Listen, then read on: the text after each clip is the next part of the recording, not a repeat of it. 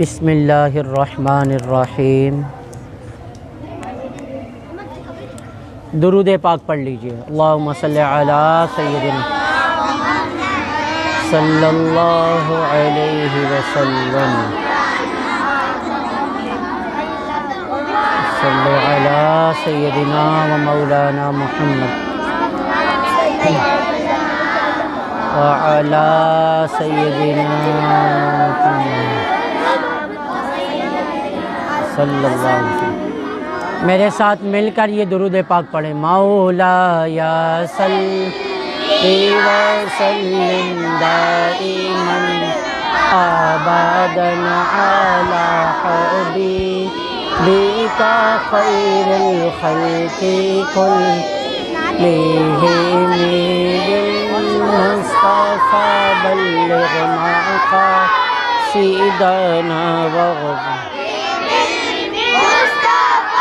بلغ مقاصدنا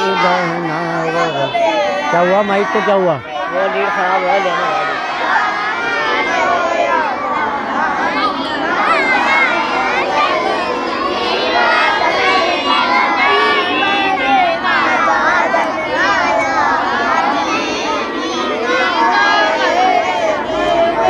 جزاک اللہ۔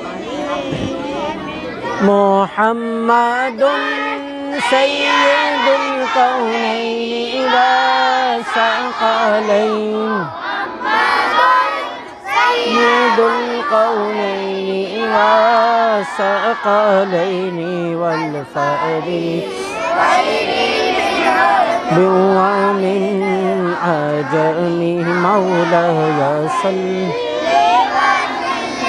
دائما ابدا على حبيبك خير الخلق كلهم يا اكرم الخلق ما لمن ألوذ به سواك عند حلول الحادث الأمام مولاي صلی وسلم دائما ابدا علی حبیبک خیر الخلق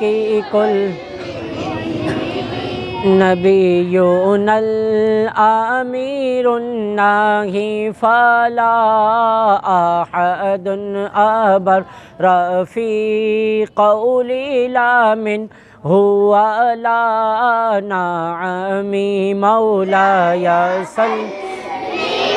سلم دائما ابدا على حبيبك خير الخلق كلهم صلی اللہ علیہ وسلم۔ کیف حالکم؟ بھول گئے ایک ہی دن میں؟ کیا مطلب ہوتا ہے اس کا کیف حالکم؟ جواب اس کا کیا دیں گے؟ دوبارہ سنیں۔ انا بخیر والحمد للہ، انا بخیر والحمد للہ۔ آج کل سردی کے موسم میں گھر والوں کو، اکثر بچوں کو چھینک آتی ہے۔ چھینک یہ اللہ تبارک و تعالی کی طرف سے رحمت ہوتی ہے۔ جب بھی چھینک آئے تو پڑھتے ہیں الحمدللہ۔ کیا پڑھیں گے؟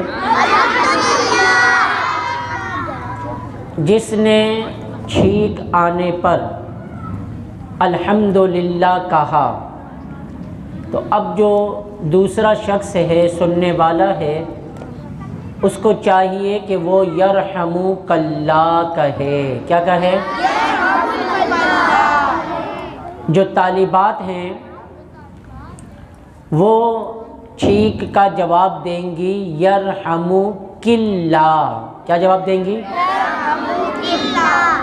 مذکر جو ہیں طلبہ جو ہیں کہیں گے یرحمک اللہ، کیا کہیں گے؟ اور جو طالبات ہیں، اسلامی بہنیں ہیں، وہ کہیں گی یرحمک اللہ، کیا کہیں گی؟ اس پر چھینکنے والا کہے گا یغفر اللہ لنا ولکم، یغفر اللہ لنا ولکم۔ اب دیکھیں بعض دفعہ اکیلا بندہ کہیں ہوتا ہے، کہیں جا رہا ہوتا ہے، گھر میں کمرے میں اکیلا ہوتا ہے، اس کو چھینک آ جائے تو چھینک آنے پر تو وہ کہے گا الحمدللہ رب العالمین، ٹھیک ہے؟ اب کوئی اس کا جواب دینے والا نہیں ہے تو خود ہی کہہ دے یرحمنی اللہ، کیا کہہ دے؟ حضرت مفتی احمد یار خان نعیمی رحمۃ اللہ تعالی علیہ فرماتے ہیں چھینک آئے الحمدللہ کہے، اگر اس کا کوئی جواب دینے والا نہیں ہے تو خود ہی یرحمنی اللہ کہہ دے، وہ کبھی بھی داڑھ اور دانتوں کے درد میں مبتلا نہیں ہوگا۔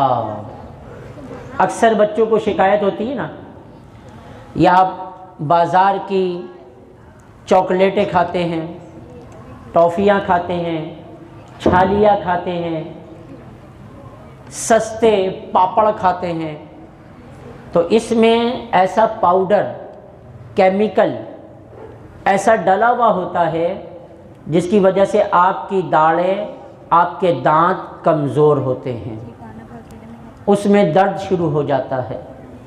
تو داڑھوں کے اور دانتوں کا درد کا بہترین علاج ہے یہ، جب بھی چھینک آئے الحمدللہ کہہ کر، کوئی دوسرا اگر ہے تو وہ یرحمک اللہ کہے گا، کوئی خاتون کو چھینک آئی ہے آپ اس کو جواب دیں گے یرحمک اللہ، ٹھیک ہے؟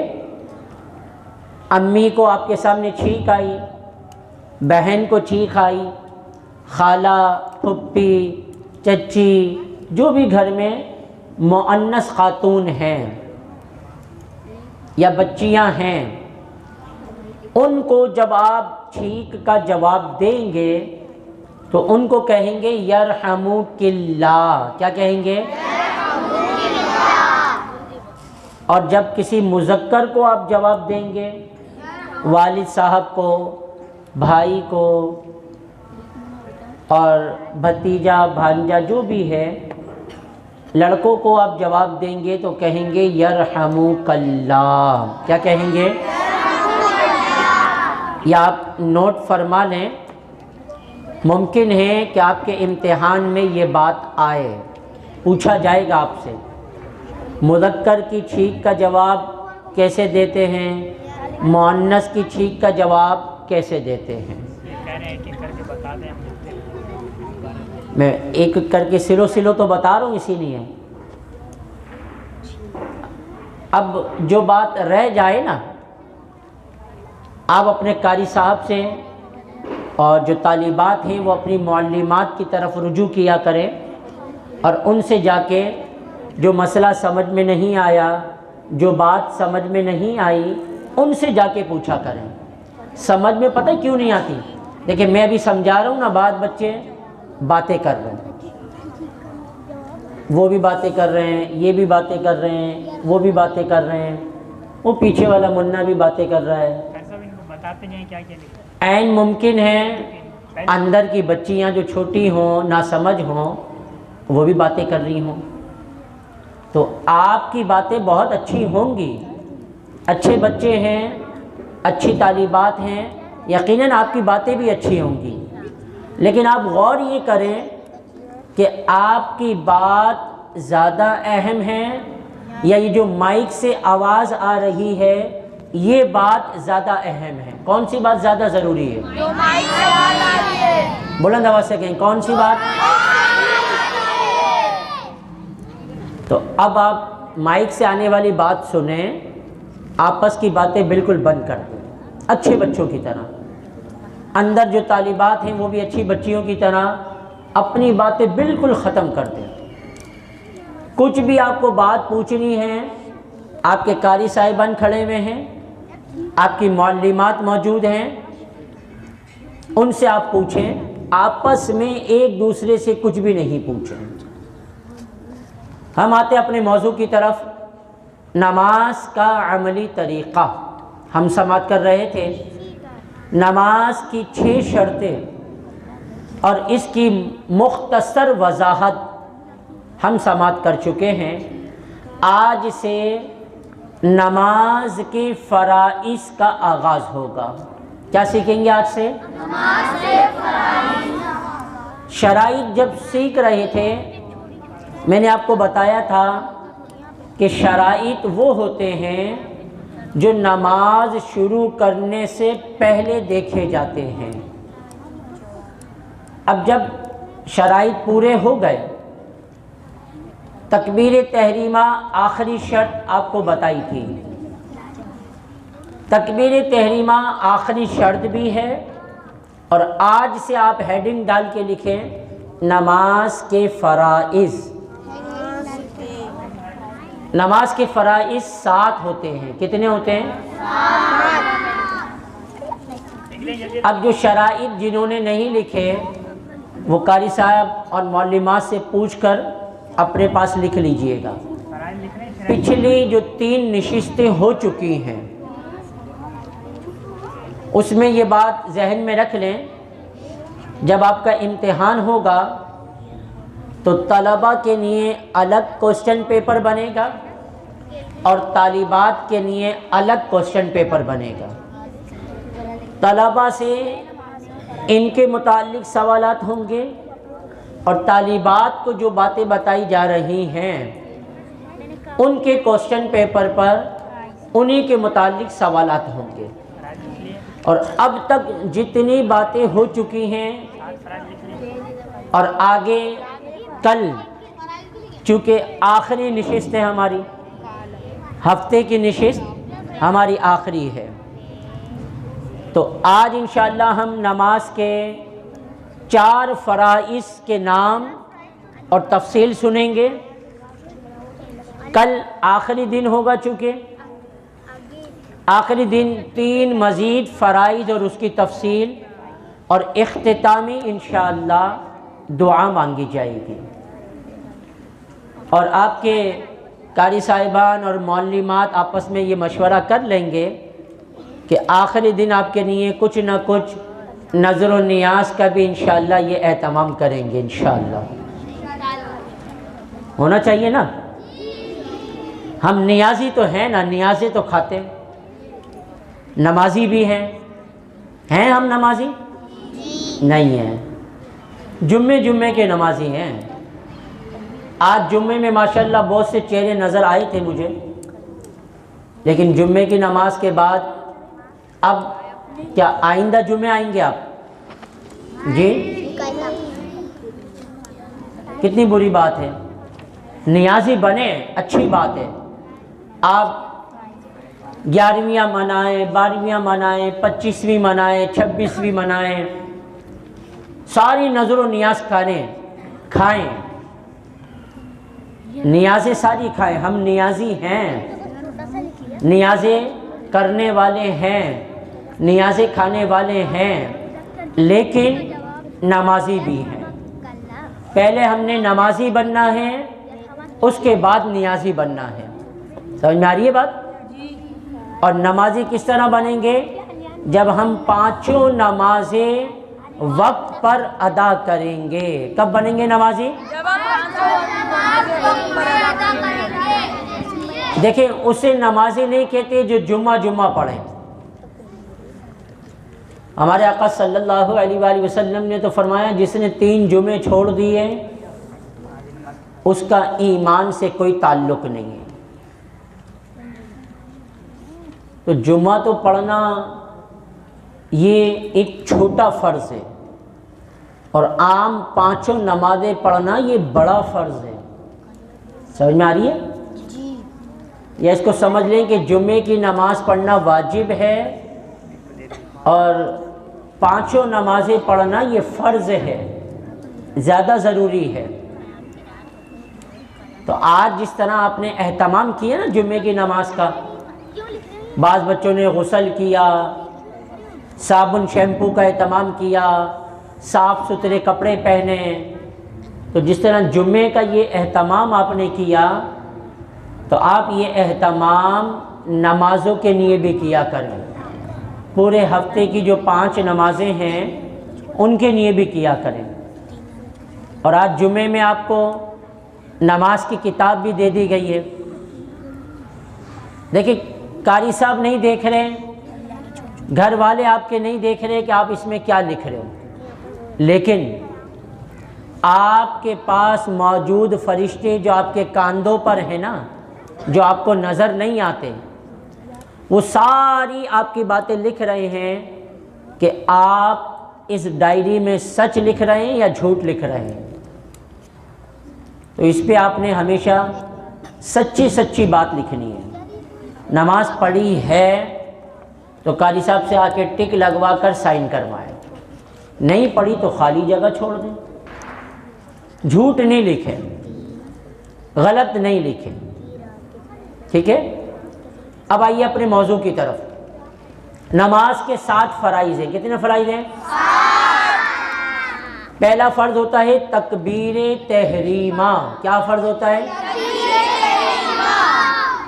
نماز کی آخری شرط تکبیر تحریمہ، اور فرائض کا پہلا فرض تکبیر تحریمہ۔ کیا ہے؟ تکبیر تحریمہ۔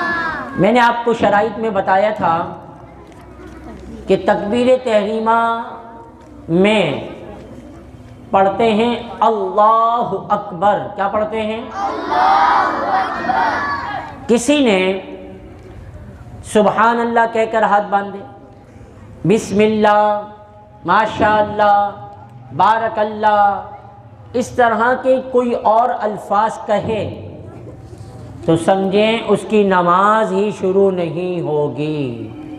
سمجھ میں آ رہا ہے؟ تو تکبیر تحریمہ میں جو پہلی تکبیر ہے، اسی تکبیر میں ہاتھ اٹھاتے ہیں، کانوں کی لو کو انگوٹھے لگاتے ہیں اور اپنی ہتھیلیاں کعبے کی طرف سیدھی رکھتے ہیں اور اللہ اکبر کہتے ہوئے ہاتھ باندھ لیتے ہیں۔ یہ کہلاتا ہے تکبیر تحریمہ۔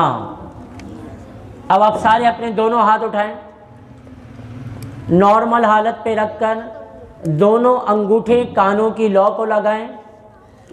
طالبات جو ہیں اپنے ہاتھ دونوں سینے کی سیٹ میں رکھیں یا کندھوں کی سیٹ میں رکھیں، ہتھیلیاں بالکل کعبے کی طرف ہونی چاہیے، انگلیاں زیادہ کھلی ہوئی نہ ہو نہ ملی ہوئی بہت زیادہ ہو، نارمل رکھیں۔ ہتھیلیاں بعض بچوں کی چہرے کی طرف ہو رہی ہیں، ایسے نہیں، کعبے کی طرف کریں۔ بعض بچوں کی آسمان کی طرف جا رہی ہیں، آسمان کی طرف نہیں، کعبے کی طرف رکھیں۔ شاباش۔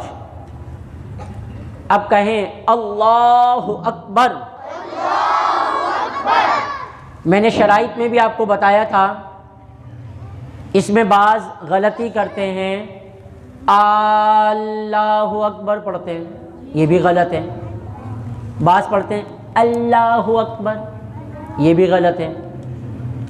اللہ اکبر، یہ بھی غلط ہے۔ صحیح تلفظ کیا ہے؟ اللہ اکبر۔ کیا تلفظ ہے؟ دوبارہ کیا تلفظ ہے؟ اب ہاتھ نیچے کریں، توجہ سے سنیں۔ اس کو کہتے ہیں تکبیر تحریمہ۔ کیا کہتے ہیں؟ تکبیر تحریمہ۔ اس کا ایک دوسرا نام بھی بتایا تھا، تکبیر اولیٰ بھی اس کو کہتے ہیں، ٹھیک ہے؟ تحریمہ کہنے کی کیا وجہ ہے؟ کوئی ایک بچہ کھڑا ہو کے بتائے، طالبات میں سے بھی کوئی ایک کھڑی ہو کے اپنی معلمہ کو سنا دے تکبیر تحریمہ کیوں کہتے ہیں؟ آپ میں سے کوئی طالب علم کھڑا ہو کے سنائے، بتائے جی۔ ماشاءاللہ 100 کے قریب طلبہ بیٹھے ہیں۔ میں نے نشست میں نہیں بتایا تھا تحریمہ کہنے کی وجہ کیا ہے؟ کھڑے ہو کے کوئی ایک بتائے، شاباش شاباش، بتاؤ۔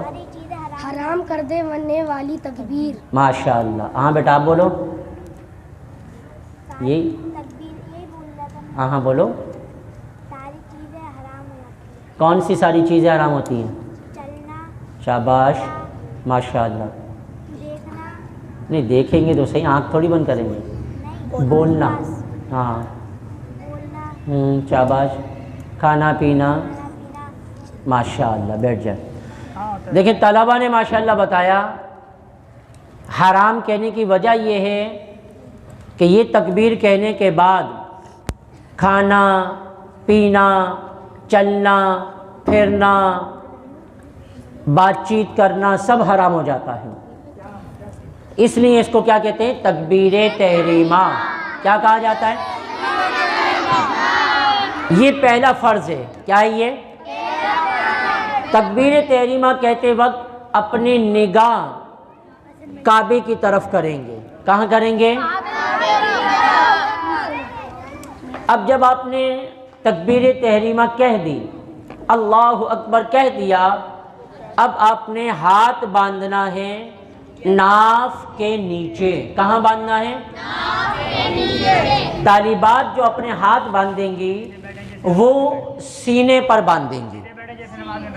کہاں باندھیں گی طالبات ہاتھ؟ اور طلبہ ہاتھ کہاں باندھیں گے؟ ہاتھ باندھنے کا طریقہ میں نے بتایا تھا کہ طلبہ اپنی 3 انگلیوں کو اپنی کلائی پر رکھیں گے، انگوٹھا اور چھوٹی انگلی سے ہلکا بنا کر اس کو پکڑ لیں گے اور ناف کے نیچے رکھ لیں گے۔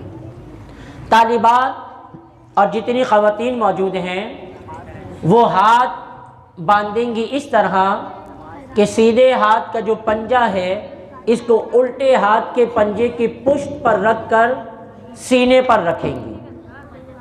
یہ خواتین کے، اسلامی بہنوں کے اور طالبات کے ہاتھ باندھنے کا سنت طریقہ ہے جو حضرت اماں عائشہ صدیقہ رضی اللہ تعالی عنہا نے حضور سے سیکھ کر بتایا۔ سمجھ میں آ رہا ہے؟ بعض مسجدوں میں کچھ لوگ ہوتے ہیں وہ یہ سینے پر ہاتھ باندھتے ہیں، تو یہ طریقہ تو عورتوں کا ہے۔ اچھے بھلے آدمی ہوں تو آدمیوں کو تو آدمیوں والے کام کرنے چاہیے نا، عورتوں والے کام کرنے کے لیے وہ سینے پر ہاتھ باندھ لیتے ہیں، تو یہ بالکل غلط کرتے ہیں وہ۔ آپ جس کو دیکھیں ان کو بتائیں کہ یہ سینے پر ہاتھ باندھنا عورتوں کا طریقہ ہے۔ اسی طریقے سے بعض طلباء کو دیکھا گیا ہے وہ باہر یہاں سے چھٹی کے بعد اپنے بالوں میں، بعض بچوں کو دیکھا وہ پیچھے چٹیاں باندھ لیتے ہیں، ربڑ باندھ لیتے ہیں، اور آج کل ہیئر بن چل گیا ہے بلیک کلر کا، وہ بالوں میں جو ہے وہ ہیئر بن لگاتے ہیں۔ تو عجیب لوگ ہیں، کیا ان کو مرد ہونا پسند نہیں ہے؟ اللہ نے آپ کو مذکر بنایا ہے تو کام مذکر والے کریں نا، مرد بنایا ہے، لڑکا بنایا ہے تو کام لڑکوں والے کریں۔ یہ چٹیاں باندھنا، ہیئر بن لگانا یہ کوئی مردوں کا کام نہیں ہے۔ سمجھ میں آ رہا ہے؟ سب طلباء کے سمجھ میں آ رہا ہے؟ اسی طرح بعض طالبات کو دیکھا گیا ہے کہ وہ ٹراؤزر اور جینس کی پینٹیں پہنتی ہیں۔ اب یہ ٹراؤزر اور پینٹیں پہننا تو یہ تو مذکر کا طریقہ ہے، طلباء کا طریقہ ہے، یہ پہن سکتے ہیں، جبکہ پہننا تو قمیص شلواری چاہیے۔ لیکن اگر چلو پینٹ شرٹ پہننی پڑ جاتی ہے اسکول کے لیے، کہیں اور جانے کے لیے، تو یہ تو مذکر کا طریقہ ہے نا۔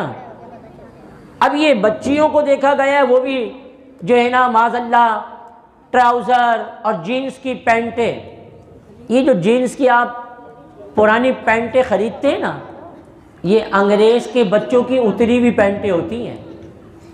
آج کل فیشن چلا ہے نا، گھٹنوں کے پاس سے پھاڑ لیتے ہیں، پہلے صرف لڑکے پھاڑتے تھے، اب لڑکیاں بھی پھاڑی ہوئی پینٹیں پہنتی ہیں۔ پرانی انگریزوں کے بچوں کی اتری ہوئی پتلونیں اور پینٹیں اور ٹراؤزر یہ آپ پہنتے ہیں اور آپ سمجھتے ہیں میں بہت بڑا فیشن ہے والوں۔ تو یاد رکھیے گا، بچے اگر بچیوں کی نقل کریں اور بچیاں اگر بچوں کی نقل کریں، یہ دونوں کام حرام ہیں۔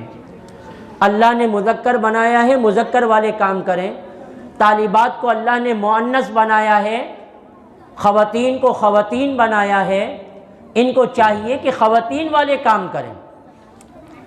خواتین کے لیے، طالبات کے لیے اللہ نے پردہ رکھا ہے نا۔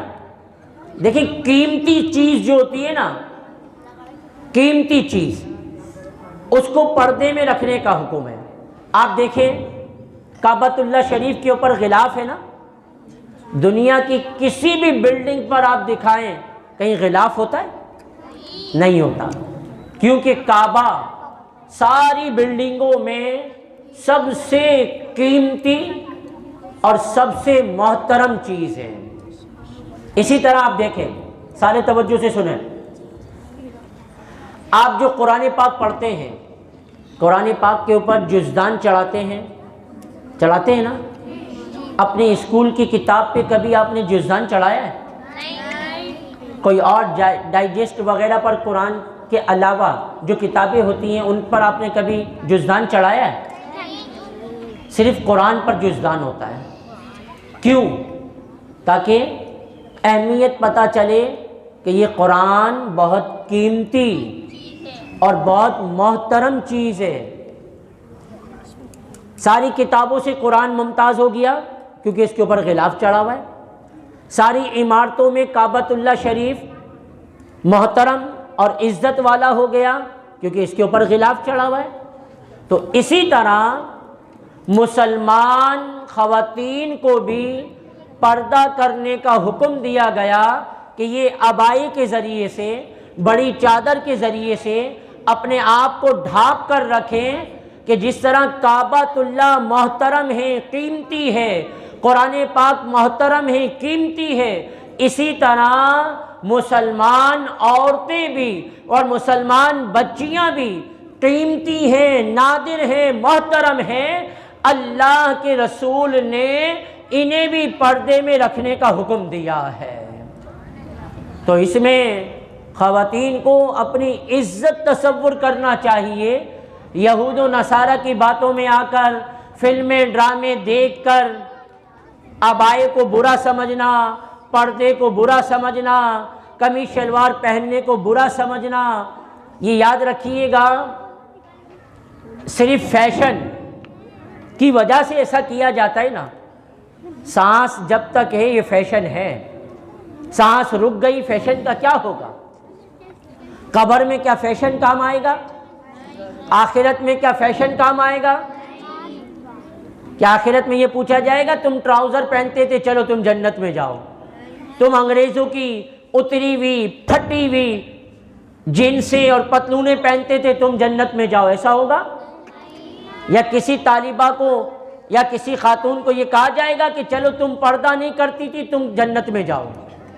ہاں یہ ضرور ہوگا، پردہ کرنے والیوں کو اللہ تبارک و تعالی بی بی فاطمہ الزہرا، حضرت خدیجہ الکبریٰ اور عائشہ صدیقہ رضی اللہ تعالی عنہن کے ساتھ ان کا پڑوس جنت میں بنائے گا۔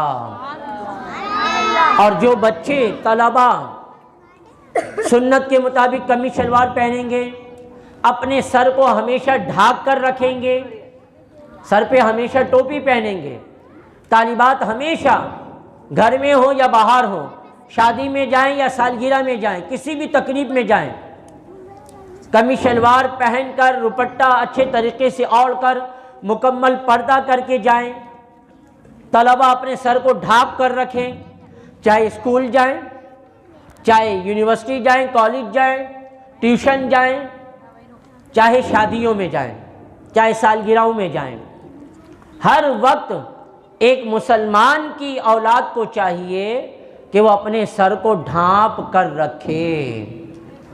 ہمارے آقا صلی اللہ علیہ وسلم کو کبھی کسی نے ننگے سر نہیں دیکھا۔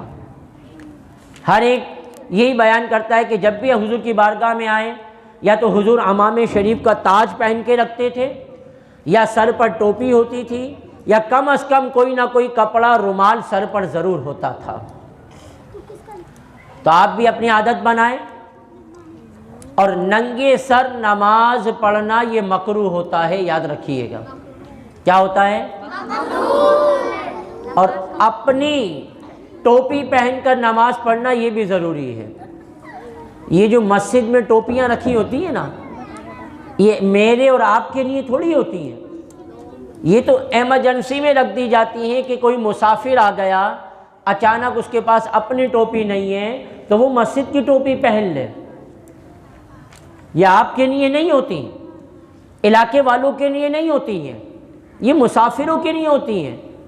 علاقے والوں کو تو چاہیے اپنی ٹوپی اپنے پاس رکھیں، ہر وقت اپنے سر کو ڈھانپ کر رکھیں، اس نیت سے کہ ہمارے آقا صلی اللہ علیہ وسلم ہمیشہ اپنے سر انور کو، سر مبارک کو ڈھانپ کر رکھتے تھے۔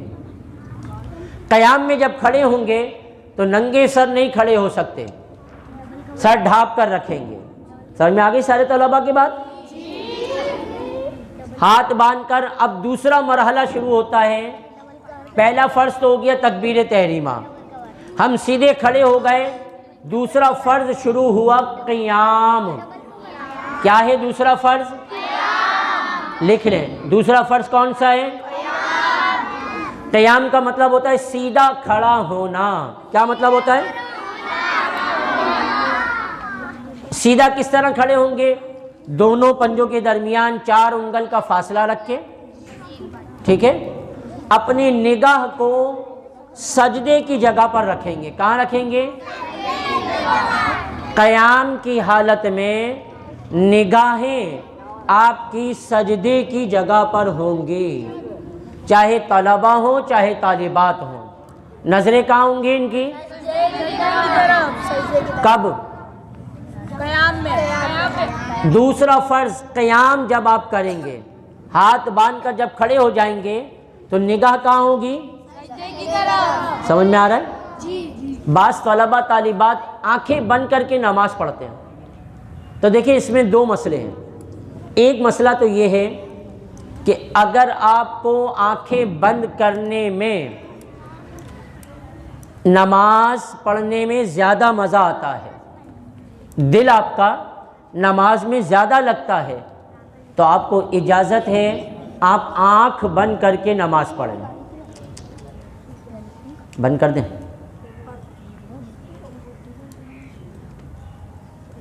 نماز آنکھ بند کرنے کی اس کو اجازت ہے نماز میں جس کو آنکھ بند کرنے میں نماز میں مزہ آتا ہے، خشوع اور خضوع پیدا ہوتا ہے، دل جمعی رہتی ہے، دل لگا رہتا ہے نماز میں، تو اس کو اجازت ہے آنکھ بند کر کے پڑھیں۔ لیکن ہمارا اکثر دھیان اور دل نماز میں کہیں اور لگا ہوا ہوتا ہے۔ خواتین کا دماغ، خیال کچن میں لگا ہوتا ہے، کچن میں چائے رکھی ہے، دودھ رکھا ہے، سالن رکھ کے آئی ہوں، کہیں ابل نہ جائے، گر نہ جائے، جل نہ جائے، ان کا دھیان وہاں لگا ہوا ہوتا ہے۔ بسا اوقات ڈرامہ دیکھتے ہوئے نماز پڑھنے کھڑی ہو گئی تو ڈرامے کی طرف خیال گیا ہوا ہے، ابھی کس سین پر چھوڑ کر آئی تھی میں، بریک ہوا تھا، کہاں ہوا تھا، یہ دماغ میں آتا ہے۔ آنکھ بند کرتے ہیں تو بچوں کا دماغ کہاں جاتا ہے؟ وہ کارٹون دیکھ رہا تھا، کارٹون کہاں تک پہنچا تھا، ابھی جلدی سے نماز پڑھ کے مجھے کھیلنے جانا ہے، دوست بلانے آیا ہے، میری بیٹنگ آنے والی ہے، یہ خیالات آتے ہیں نا، چیز لینے جانا ہے، تو آنکھ بند کرنے سے اگر آپ کا ذہن، آپ کا دل کہیں اور جاتا ہے، کوئی اور خیالات آتے ہیں، تو اب آپ کے لیے آنکھ بند کر کے نماز پڑھنا مکروہ ہے۔ آنکھ کھول کر پڑھیں گے تو دل نماز میں لگے گا، دماغ آپ کا نماز میں لگے گا۔ آنکھ بند کی تو ٹیلی ویژن کی طرف چلا جائے گا، موبائل فون کی اسکرین کی طرف چلا جائے گا، تو پھر آپ کو منع ہے کہ آپ آنکھ بند کر کے نماز نہیں پڑھیں، کہ یہ مکروہ ہے۔ سمجھ میں آ گیا یہ مسئلہ؟ اب قیام میں جب کھڑے ہوتے ہیں، سیدھا کھڑے ہوتے ہیں، سورہ فاتحہ پڑھتے ہیں، سورہ فاتحہ کے بعد کوئی سورت پڑھتے ہیں۔ یاد رکھیں، سورہ فاتحہ یعنی الحمد شریف پوری پڑھنا، اس کا ایک ایک لفظ پڑھنا یہ واجب ہے۔ کیا ہے یہ؟ واجب۔ ایک لفظ بھی اگر چھوڑ دیا نماز نہیں ہوگی۔ حدیث پاک لکھ لیں اپنے پاس، ہمارے آقا صلی اللہ علیہ وآلہ وسلم نے فرمایا لا صلاۃ الا بفاتحۃ الکتاب۔ عربی میں لکھ سکتے ہیں تو عربی میں لکھ لیں، لا صلاۃ الا بفاتحۃ الکتاب۔ اردو ترجمہ کیا ہوگا اس کا؟ وہ یہ ہے، سورہ فاتحہ کے بغیر نماز نہیں ہوتی۔ کیا ترجمہ ہے اس کا؟ بلند آواز سے کہیں۔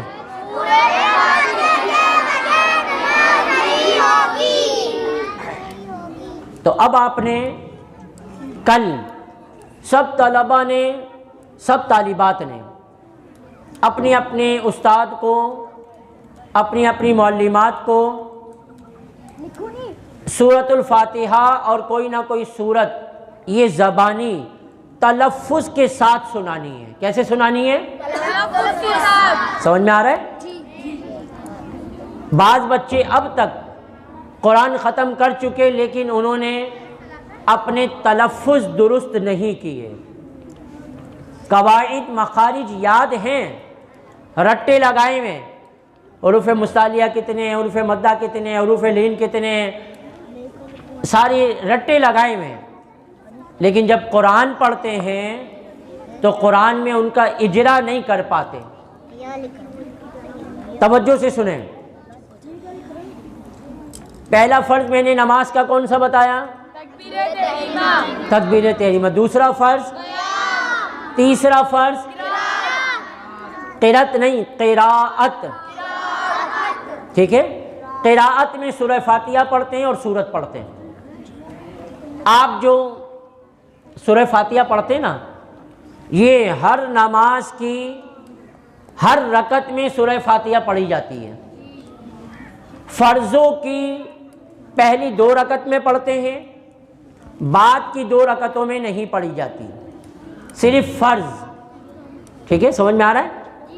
فرضوں کی پہلی 2 رکعت میں، اور بقیہ جتنی سنتیں ہیں، جتنے نوافل ہیں، واجب وتر ہیں، ہر رکعت کی میں آپ نے سورۃ الفاتحہ اور سورت پڑھنی ہے۔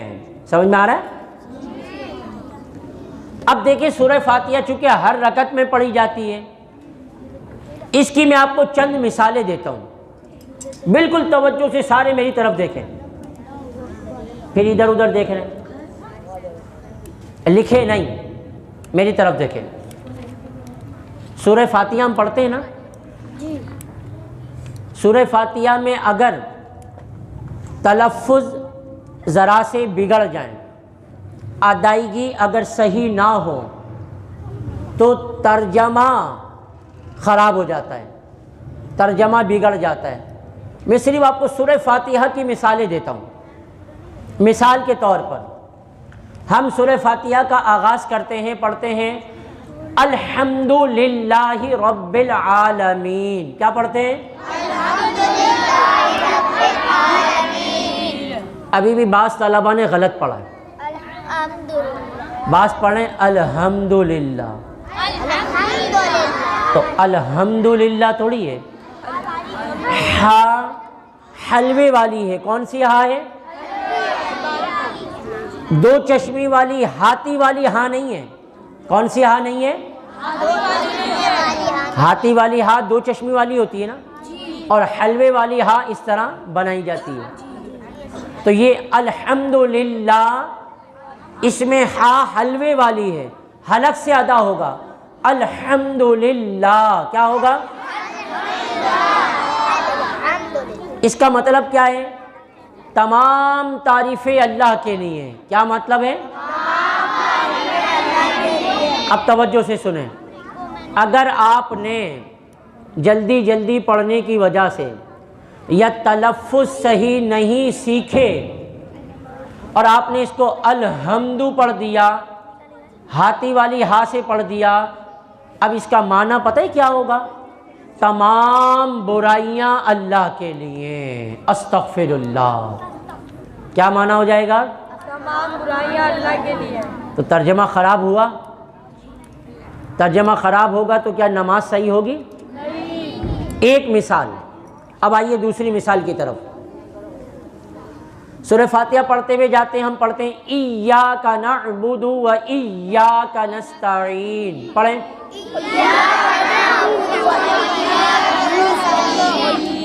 اب بالکل خاموشی سے سنیں۔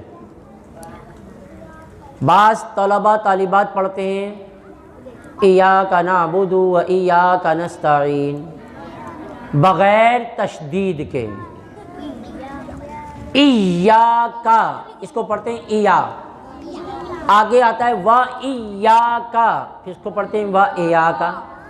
تو بغیر تشدید کے اس کو پڑھنا، جان بوجھ کر اگر ایسا کیا، علماء نے لکھا ہے کہ بندے کا ایمان چلا جائے گا، کافر ہو جائے گا۔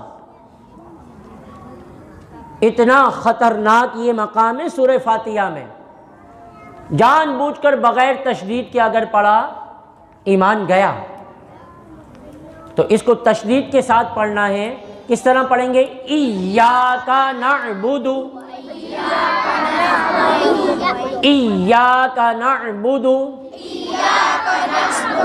ایاک نعبد و ایاک نستعین، و ایاک نستعین۔ سمجھ میں آیا؟ ایک اور مثال دوں، یاد رہے گی آپ کو؟ ابھی تک کتنی مثالیں دی ہیں میں نے؟ دو۔ تیسری مثال اسی سورہ فاتحہ کی کہ اگر تلفظ بگڑ گیا تو معنی بگڑ جائیں گے، اور معنی بگڑ گئے تو نماز گئی، خراب، ٹوٹ گئی۔ اینڈ کی آیت پڑھتے ہیں غیر المغضوب علیہم ولا الضالین۔ پڑھیں۔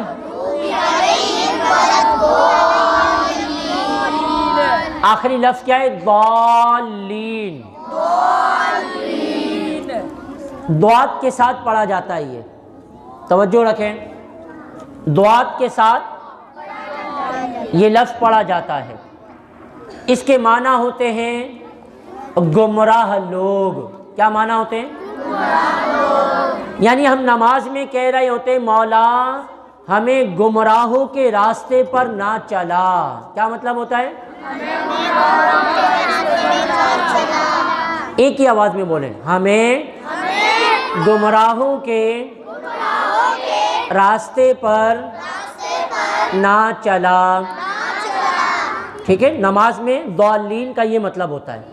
اب اگر کسی کا ضاد کا تلفظ صحیح نہ ہو، بعض لوگ ضالین کی جگہ پڑھتے ہیں ولا الضالین، زوئیں کے ساتھ پڑھ دیتے ہیں یا زال کے ساتھ پڑھ دیتے ہیں۔ جب اس کو زوئیں کے ساتھ اگر کسی نے پڑھا نا ولا الضالین پڑھ دیا، تو اس کا معنی پتہ ہے کیا ہو جائے گا؟ معنی ہو جائے گا ہمیں سائے والے لوگ یعنی اللہ والوں کے راستے پر نہ چلا۔ اب یہ بتائیے غلط ترجمہ ہوا نہیں ہوا؟ تو ضالین کو ضاد کے ساتھ ضالین پڑھا جائے گا، ضاء کے ساتھ ضالین نہیں پڑھیں گے۔ سمجھ میں آیا؟ اکثر اوقات سورہ فاتحہ کے بعد طلبہ اور طالبات، بڑے افراد بھی سورۃ الاخلاص پڑھتے ہیں۔ کیا پڑھتے ہیں؟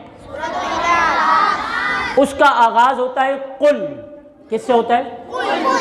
اب دیکھیے قل میں 2 نقطے والا موٹا قاف ہے، حروف مستعلیہ کا قاف ہے، اور یہ ہمیشہ موٹا پڑھا جاتا ہے، لیکن بعض طلباء سے جب سنتے ہیں نا تو وہ اس کو پڑھ دیتے ہیں قل هو اللہ احد، یعنی باریک کاف سے پڑھ دیتے ہیں، ڈنڈی والے کاف سے باریک پڑھ دیتے ہیں۔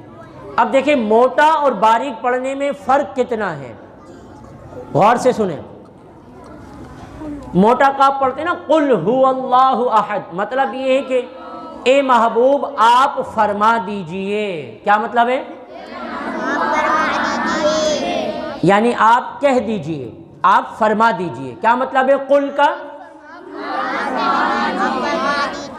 اگر آپ نے اس کو ڈنڈی والے کاف سے پڑھا تو اس کا معنی پتہ کیا ہو جائے گا؟ اے محبوب کھا جائیے۔ اب کتنا ترجمہ بگڑ گیا۔ اللہ فرما رہا ہے محبوب آپ فرما دیجئے، اور ہم کہہ رہے ہیں محبوب آپ کھا جائیے۔ تو بتائیے جب ترجمہ اتنا بگڑ جائے گا تو کیا آپ کی نماز صحیح رہے گی؟ تو اس کو موٹے قاف سے پڑھا جائے گا۔ تو تلاوت کا صحیح ہونا یہ نماز میں بہت ضروری ہے۔ تو آپ اپنے تلفظ درست کریں۔ جتنے بھی بڑی خواتین آئی ہوئی ہیں، جتنی چھوٹے طلبہ طالبات موجود ہیں، اپنے تلفظ درست کریں، اپنی معلمات کے پاس آ کر، اپنے قاری صاحب کے پاس آ کر خصوصیت کے ساتھ جو صورتیں آپ نماز میں پڑھتے ہیں وہ اپنے قاری صاحب کو، طالبات اور بڑی خواتین اپنی معلمات کو سنا دیں، تاکہ کم از کم اتنا تو قرآن ہمارا صحیح ہو جائے کہ ہماری نمازیں تو صحیح ہو سکیں۔ اگر قرآن درست نہیں ہوا تو ساری زندگی بھی نمازیں پڑھتی رہیں نا، فائدہ نہیں ہے۔ آپ نے شاید دیکھا ہوگا آپ کے گھر میں دادا، نانا، گھروں میں دادیاں، نانیاں نمازیں پڑھ رہی ہوتی ہیں، اب وہ کتنی دعائیں دے رہی ہوتی ہیں نماز پڑھ کے، لیکن ان کی دعائیں قبول ہی نہیں ہوتی۔ کیوں؟ ان کی نمازیں ہی جب قبول نہیں ہو رہی تو پھر دعائیں کیسے قبول ہوں گی؟ اور نمازیں کیسے قبول ہوں؟ ان کے تلفظ ہی صحیح نہیں ہیں، انہیں صحیح قرآن پڑھنے نہیں آتا۔ اب آپ دیکھیں، ایسا نہیں کرنا کہ کہیں گھر پہ جا کر نانی اماں اور دادی اماں سے لڑنا شروع کر دو، تمہیں تو قرآن آتا ہی نہیں، میں تو قاری القرآن ہوں۔ ایسا نہیں کرنا۔ آپ نے اگر ان کو سمجھانا ہے، پیار سے محبت سے یہ کہے کہ دادی اماں، نانی اماں یا والدہ یا بہن، آپ کو قرآن درست کرنا چاہیے۔ ہماری باجیاں ہیں 2 سے 4 یہاں موجود ہوتی ہیں، آپ کے پاس ٹائم ہے، آپ دوپہر میں 2 سے 4 آ کر اپنا قرآن درست کر لیں۔ بڑے گھر کی خواتین ہیں، بڑی ہیں، ان کو 2 سے 4 گھر میں کام کاج ہوتا ہے، تو الحمدللہ صبح کے وقت میں صرف بڑی خواتین کے لیے 9 سے 11 بھی ہمارے یہاں مدرسے میں معلمات آتی ہیں، اور وہ بڑی خواتین کو قرآن پاک درست کرواتی ہیں اور دیگر نماز کے مسائل بھی سکھاتی ہیں۔ تو جو میری بہنیں آئی ہوئی ہیں ان کو چاہیے کہ کم از کم اپنا قرآن پاک اتنا درست کر لیں جتنا نماز میں پڑھتی ہیں۔ جو صورتیں نماز میں پڑھتی ہیں وہ صورتیں کم از کم آپ آ کر معلمات کو سنا دیں۔ آپ کے پاس صبح میں ٹائم ہے، ہمارے مسجد کے صدر محترم جناب شوکت قادری صاحب کی گھر والیاں یہاں تشریف لاتی ہیں صبح 9 سے 11 بالغہ خواتین اسلامی بہنوں کے لیے۔ وہ ان کے پاس آ کر بھی قرآن درست کر سکتی ہیں۔ صبح کے وقت میں ٹائم نکالیں، آپ صبح میں آ جائیں۔ دوپہر میں آپ کے پاس ٹائم ہے 2 سے 4، آپ دوپہر میں آ کر ہماری معلمات یہاں پر موجود ہوتی ہیں جو بچیوں کو قرآن پاک درست کرا رہی ہیں۔ اسی طرح بڑے بچے ہیں، ان کے والد صاحب اگر قرآن پاک درست کرنا چاہیں تو عشاء کی نماز کے بعد مرد حضرات کے لیے ہمارا مدرسہ بالغہ لگتا ہے، بالغ اسلامی بھائیوں کے لیے، وہ اس میں آ کر بھی قرآن پاک اپنا درست